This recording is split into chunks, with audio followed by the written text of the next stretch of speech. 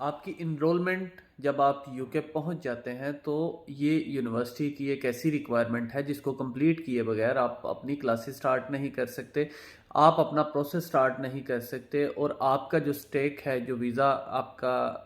Condition होती है, वो ब्रीच हो सकती है अगर आप अपनी इनरोलमेंट जो है वो यूनिवर्सिटी के साथ नहीं करवाते। और फिर उसकी वजह से आपकी अटेंडेंस शॉर्ट हो सकती है, आपको फ़ाइन हो सकता है और आपकी स्पॉन्सरशिप विड्रॉ हो सकती है। आज की ये वीडियो में मैं आपको बताऊंगा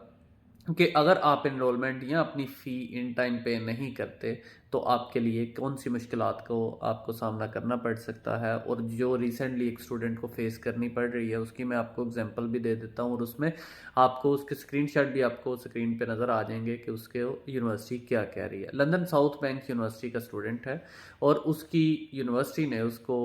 जो है वो नॉन पेमेंट ऑफ फ़ी पे उसको नोटिस सर्व किया है कि हम आपकी जो स्पॉन्सरशिप है उसको विड्रॉ कर रहे हैं, और उसके लिए खैर उसको रिव्यू राइट दिया गया है, यानी उसका भी चांस है कि वो यूनिवर्सिटी को सेटिस्फाई करे कि उसने क्यों अभी तक फ़ी पेमेंट नहीं की या इनरोलमेंट नहीं करवाई।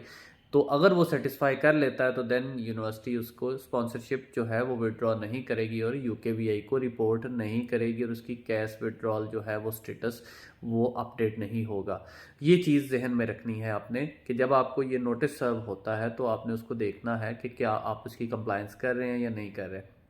तो क्लियरली इस जो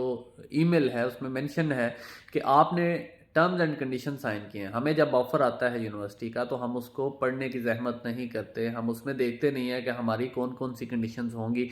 हम कौन कौन सी चीज़ें पे करनी है, यानी कि आपकी इनिशियल डिपॉजिट क्या है, हम सिर्फ वो देखते हैं और बस गो अहेड।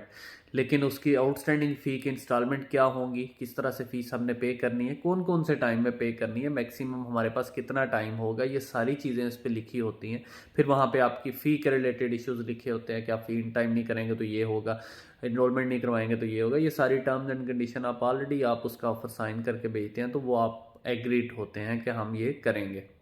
तो जब आप नहीं करते तो आप उस कॉन्ट्रैक्ट को ब्रीच कर रहे हैं और अपने स्टूडेंट वीज़ा की जो कंडीशंस हैं उनको ब्रीच कर रहे हैं। तो इसमें भी उन्होंने यही चीज़ें मेंशन की हैं और वो सारा प्रोसेस उन्होंने दिया, आप स्क्रीन पे देख सकते हैं, इनको पढ़ें। आपने जब भी आप यहाँ से जाएं, आप जाके अपनी इनरोलमेंट यूनिवर्सिटी में लाजमी करवाएं, क्लासेस रेगुलर लें, यूनिवर्सिटी की फ़ीस इन टाइम पे करें, ताकि आपको किसी भी टाइम पे या किसी भी ड्यूरेशन पे आपको ये ना लगे कि आपका वीज़ा एट स्टेक है। आपने इतनी पेमेंट लगा के यहाँ से जा रहे हैं, इतने पैसे दिए हैं यूनिवर्सिटी को, तो अगर इस तरह का कुछ हो जाता है तो आपकी ना तो फ़ीस वापस आएगी, आपका टाइम वेस्ट होगा, आपको वो डिपोर्ट करेंगे, 60 डेज़ का नोटिस सर्व कर देते हैं। लेकिन वो तब जब आपका यूकेवीआई को वो रिपोर्ट कर दें, यानी आपका कैश जब विड्रॉल करेंगे ये, तो देन आपको वो यूकेवीआई नोटिस सर्व करती है और देन आपको फिर जाना पड़ता है वापस अपने कंट्री, और वहाँ से फिर आपको नया वीज़ा लेना पड़ेगा, तो फिर नए सिरे से सारा प्रोसेस करना पड़ेगा। तो मेक श्योर कि अपनी इनरोलमेंट इन टाइम पे करवाएं,